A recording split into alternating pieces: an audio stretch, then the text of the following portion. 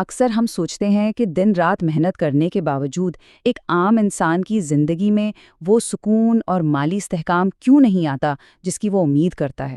ہم ایسی سوسائٹی میں رہتے ہیں جہاں لگتا ہے کہ دولت صرف ان کے پاس ہے جو اسے دبا کر رکھتے ہیں اور باقی سب صرف گزارا کر رہے ہیں۔ ایک عجیب سی تھکن ہے جو ہماری مڈل کلاس زندگی کا حصہ بن چکی ہے۔ ویلکم ٹو دینش کتب، جہاں ہم بکس کو صرف سمرائز نہیں بلکہ سمجھتے ہیں۔ آج ہم جس کتاب کو سمجھنے جا رہے ہیں اس نے دنیا کے معاشی نظام کو ہمیشہ کے لیے بدل کر رکھ دیا۔ یہ ایڈم سمتھ کی 1776 میں لکھی گئی عظیم کتاب دی ویلتھ آف نیشنز ہے۔ آج ہم اس کتاب پر جمی صدیوں کی غلط فہمیوں کو صاف کریں گے اور دیکھیں گے کہ اصل تجارتی معاشرہ کیسے کام کرتا ہے اور واقعی ایک عام انسان کی زندگی بہتر کیسے ہوتی ہے۔ یہ کتاب دیکھ کر شاید لگے کہ یہ کسی اکانومکس کے پروفیسر کی خشک سی تحریر ہے، لیکن یہ بات اکثر کوئی نہیں بتاتا کہ ایڈم سمتھ صرف ایک اکانومسٹ نہیں بلکہ ایک مورل فلاسفر تھے۔ یہ کتاب صرف پیسہ بنانے کے بارے میں نہیں ہے، یہ اس بارے میں ہے کہ انسانی وقار اور ڈگنیٹی کو قائم رکھتے ہوئے سب کے لیے بہتر زندگی کیسے بنائی جا سکتی ہے۔ یہ ایک ایسی سوچ تھی جس نے اس وقت کی دنیا کو ایک نیا راستہ دکھایا، اور آج کے اس دور میں جہاں انسان صرف ایک مشین کا پرزہ لگتا ہے، یہ سوچ سمجھنا اور بھی ضروری ہے۔ اس پوری کتاب کو آسانی سے سمجھنے کے لیے ہم اسے 5 حصوں میں بانٹ لیتے ہیں۔ پہلا، قومی دولت کی نئی تعریف۔ دوسرا، کام کی تقسیم۔ تیسرا، مارکیٹ اور ذاتی مفاد۔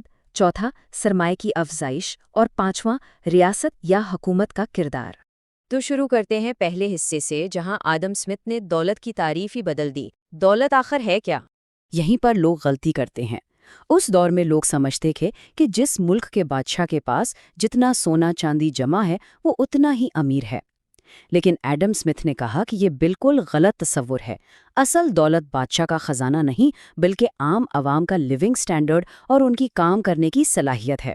سوچئے، ہمارے معاشرے میں بھی اکثر لوگ زمینوں یا سونے میں پیسہ پھنسا کر رکھ دیتے ہیں اور خود کو امیر سمجھتے ہیں، لیکن اس رکی ہوئی دولت سے روزمرہ کا معیار زندگی بہتر نہیں ہوتا۔ ایڈم سمتھ کے مطابق دولت رکی ہوئی نہیں ہوتی بلکہ چلتی ہوئی ہوتی ہے جو نئے مواقع پیدا کرے۔ آج کے لیے ایک چھوٹا سا ایکشن یہ لیں کہ اس ہفتے صرف اس بات پر غور کریں کہ کیا ہمارا فوکس صرف چیزیں جمع کرنے پر ہے یا اپنی صلاحیت اور لیونگ سٹینڈرڈ کو واقعی بہتر بنانے پر۔ اب آتے ہیں دوسرے حصے کی طرف، محنت کی تقسیم، یعنی کام کو بانٹنے کا فن۔ اس پوائنٹ کو سمجھ لیا تو باقی آسان ہو جاتا ہے۔ سمتھ نے ایک آل پین یعنی پن بنانے والے کارخانے کی مثال دی۔ اگر ایک آدمی پن بنانے کے سارے سٹیپس خود کرے تو شاید پورے دن میں ایک پن بھی ٹھیک سے نہ بنا پائے، لیکن اگر وہی کام 10 لوگوں میں بانٹ دیا جائے، کوئی تار کاٹے، کوئی سیدھا کرے، کوئی سرا لگائے، تو وہ مل کر دن میں ہزاروں پنز بنا سکتے ہیں۔ کام بانٹنے سے مہارت بڑھتی ہے، وقت کم لگتا ہے اور چیزیں سستی ہوتی ہیں۔ ہماری پریکٹیکل لائف میں، خاص طور پر ہمارے ہاں، ایک ہی انسان گھر کے اور باہر کے سارے مسئلے اکیلا حل کرنے کی کوشش کرتا ہے، جس کا نتیجہ صرف شدید تھکن اور برن آؤٹ ہوتا ہے۔ ایک ڈویبل ایکشن یہ ہے کہ آج دیکھیں آپ کا سب سے اہم کام کون سا ہے جس میں آپ کی مہارت ہے، باقی چھوٹی موٹی چیزوں میں کسی کی مدد لینے یا انہیں بانٹنے کی عادت ڈالیں۔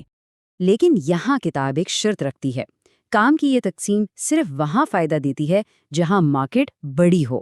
مثال کے طور پر، اگر کوئی شخص دور دراز کے کسی چھوٹے سے گاؤں میں صرف اسپیشلائزڈ کمپیوٹر ٹھیک کرنے کی دکان کھولے تو اسے شاید ہی کوئی گاہک ملے۔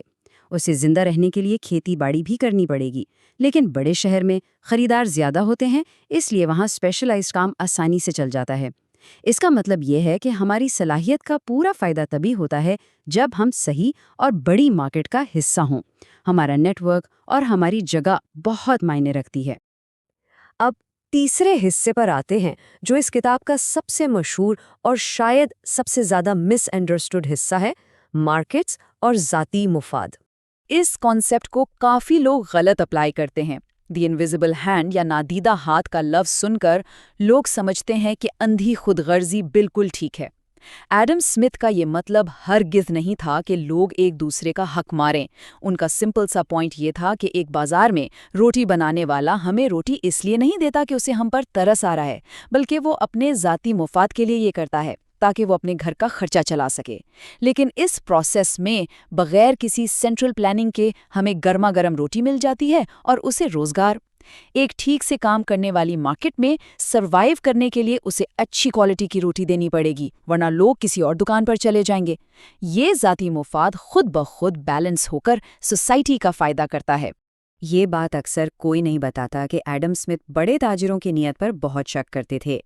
لوگ سوچتے ہیں کہ وہ سرمایہ داروں کے اندھے سپورٹر تھے، لیکن حقیقت مختلف ہے۔ انہوں نے صاف لفظوں میں خبردار کیا تھا کہ یہ مرچنٹس مل کر اجارہ داریاں یعنی مونوپلیز بنانے کی کوشش کرتے ہیں تاکہ کمپٹیشن ختم ہو جائے اور وہ عوام کو لوٹ سکیں۔ اسمتھ ایک آزاد اور فیئر مارکیٹ چاہتے تھے، نہ کہ ایسی مارکیٹ جہاں چند طاقتور لوگ سب کچھ کنٹرول کریں۔ یہ چیز ہم اپنے ارد گرد آسانی سے دیکھ سکتے ہیں، جہاں بڑے بزنسز چھوٹوں کو آگے آنے ہی نہیں دیتے۔ چوتھا حصہ بہت اہم ہے، سرمایہ کو جمع کرنا اور اسے واپس کام میں لگانا، یعنی کیپٹل ایکیومولیشن۔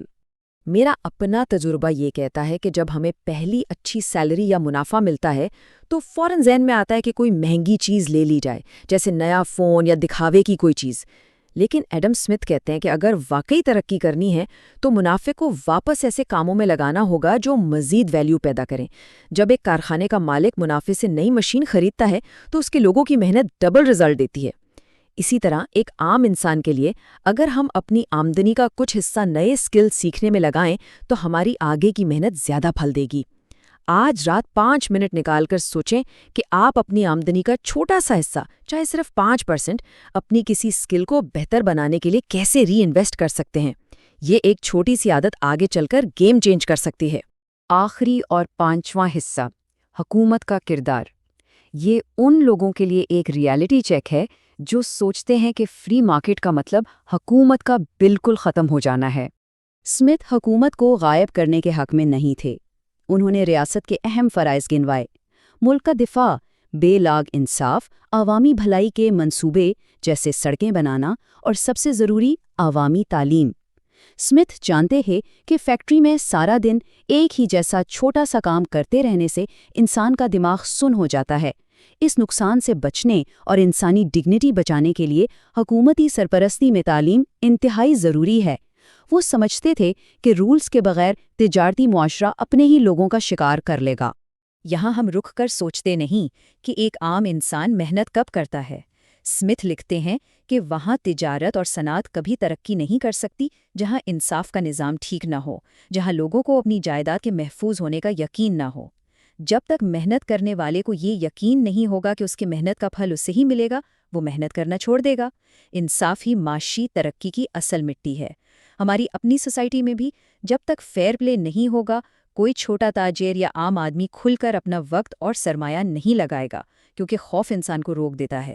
تو اب ہمیں خود سے یہ سوال پوچھنا ہے کہ آج کا معاشرہ ایڈم اسمتھ کے اس 300 سال پرانے ویژن سے کتنا میل کھاتا ہے، جہاں انصاف، فیئر رولز اور انسانیت کی بہتری مرکز میں تھی۔ ہم نے اس گفتگو میں دی ویلتھ آف نیشنز کی روح کو سمجھا ہے، جو صرف لالچی بننے کے بارے میں نہیں بلکہ ایک فیئر اور مضبوط سوسائٹی کے بارے میں ہے۔ اگر آج صرف ایک بات یاد رکھنی ہو، ریئل گروتھ تب شروع ہوتی ہے جب ہم سیکھی ہوئی بات کو اپلائی کرتے ہیں۔ جو باتیں آج ہم نے سمجھی ہیں انہیں اپنی زندگی اور اپنے آس پاس ضرور اپلائی کریں۔